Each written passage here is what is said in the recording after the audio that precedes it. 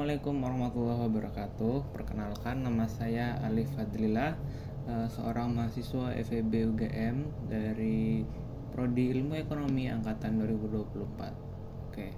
Nah, di video kali ini saya akan menyampaikan informasi edukasi terkait QRIS Cross Border atau QRIS lintas negara yang telah beroperasi di Asia Tenggara.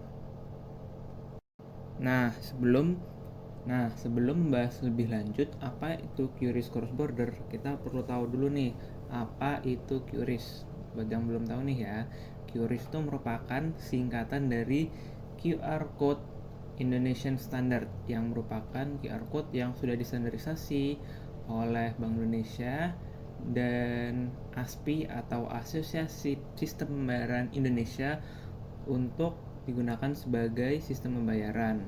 Dia diluncurkan pada tanggal 17 Agustus tahun 2019 ya, dan mulai beroperasi di tahun 2020 awal. Nah, tujuan utamanya tentunya adalah memudahkan proses transaksi antar merchant dengan pembeli, dengan masih menjaga keamanan untuk kedua belah pihak tersebut. Nah, terus ada beberapa alasan utamanya nih kenapa QRIS ini bisa berkembang dengan sangat cepat. Nah, ini yang pertama adalah dia QRIS itu fleksibel. Dia itu kan bentuknya QR ya, kayak gini. Nah, QR ini bisa digunakan gak cuman buat berdagang doang. Jadinya transaksi ke akun ini itu cepat dan biayanya tidak memakan banyak. Untuk biayanya sendiri dia memiliki cap 0,7%, itu untuk transaksi lebih dari 500.000, dan biaya 0,7% ini tidak boleh dibebankan kepada pembeli. Jadinya yang bayar 0,7% ini adalah merchantnya itu sendiri. Kalau transaksinya di bawah 500.000 dia tidak ada biaya.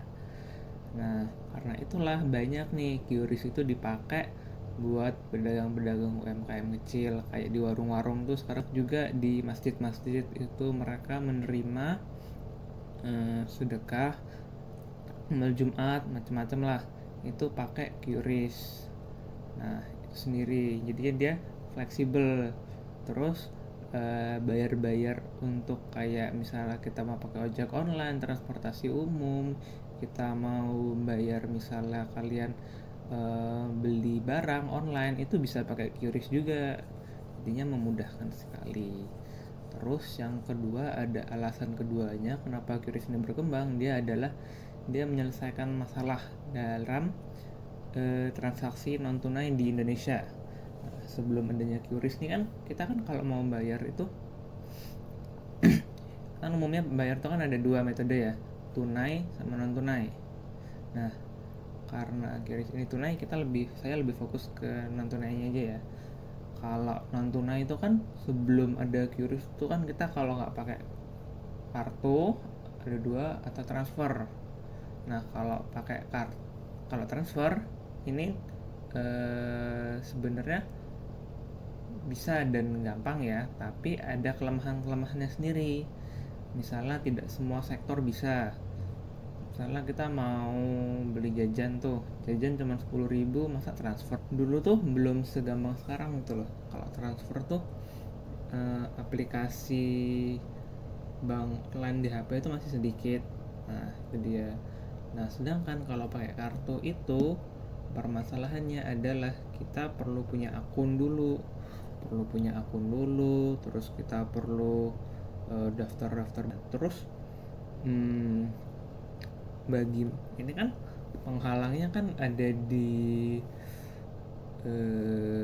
pembelinya sendiri ya gitu. Jadinya dulu ya jarang pakai kartu, itu dia kelemahannya. Nah, QRIS ini memiliki beberapa keunggulan dibandingkan kayak transfer maupun kartu. Dia cepat. Pertama, dia cepat. Transaksi QRIS itu kan instan ya. Kita tuh tinggal scan, terus masukin nominalnya, terus masukin misal kode-kode password. Nah, terus habis itu langsung ke transfer uangnya.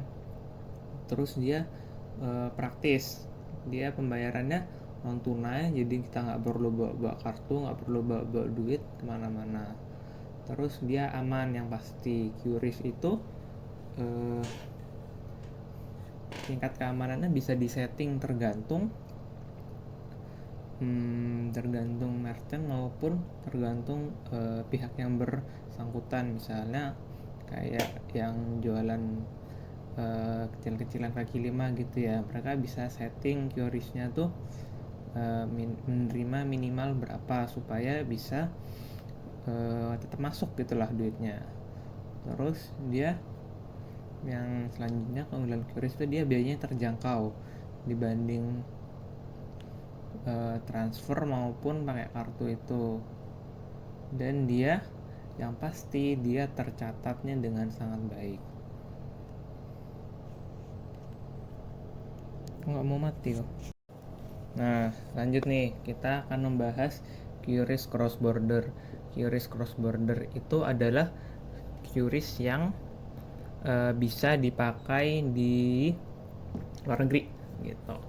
Jadi pada 29 Agustus 2022 itu ada pertemuan tuh oleh 5 gubernur bank sentral dari Indonesia, Thailand, Singapura, Filipina, Indonesia, Thailand, Malaysia, Singapura, Filipina. Ya, 5.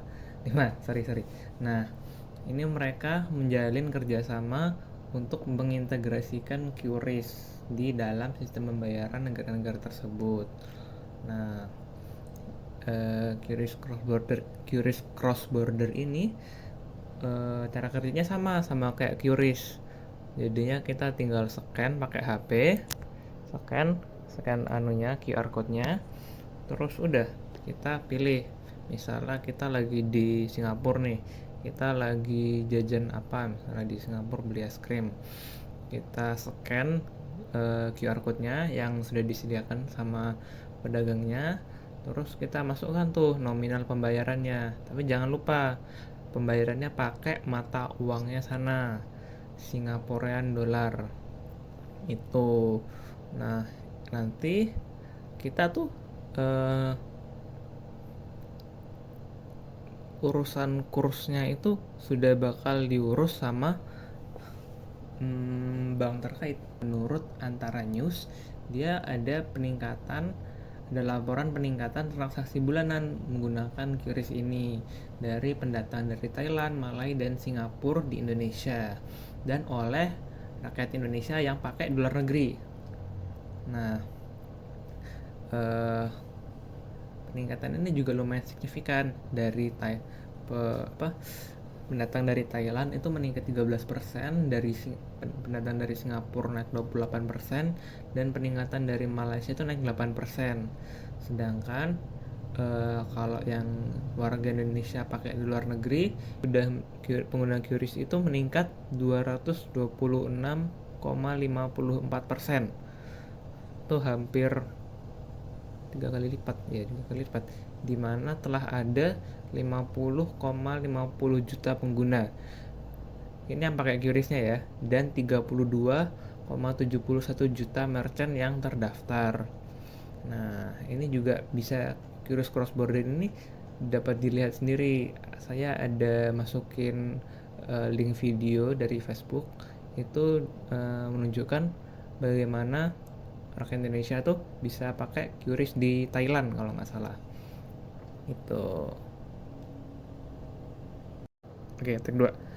Nah, karena setelah saya sudah memaparkan juga berita-berita tadi, terus ada pengertian QRIS, ada kelebihannya dibanding transaksi lain, kelemahan dulu yang saya baca bahwa sudah mau ada nih, sudah mulai diterapkan di beberapa negara Asia lain seperti Korea Selatan. Terus kabarnya juga di Jepang, India, sampai UAE atau Uni Emirat Arab, supaya bisa dipakai QRIS gitu di sana. Oke, eh, sekian kira-kira yang dapat saya sampaikan. Semoga video ini bermanfaat ya bagi teman-teman sekalian, dan semoga ya QRIS bisa berkembang di luar Indonesia, di luar ASEAN hingga mendunia gitu. Sekian dari saya. Wassalamualaikum warahmatullahi wabarakatuh.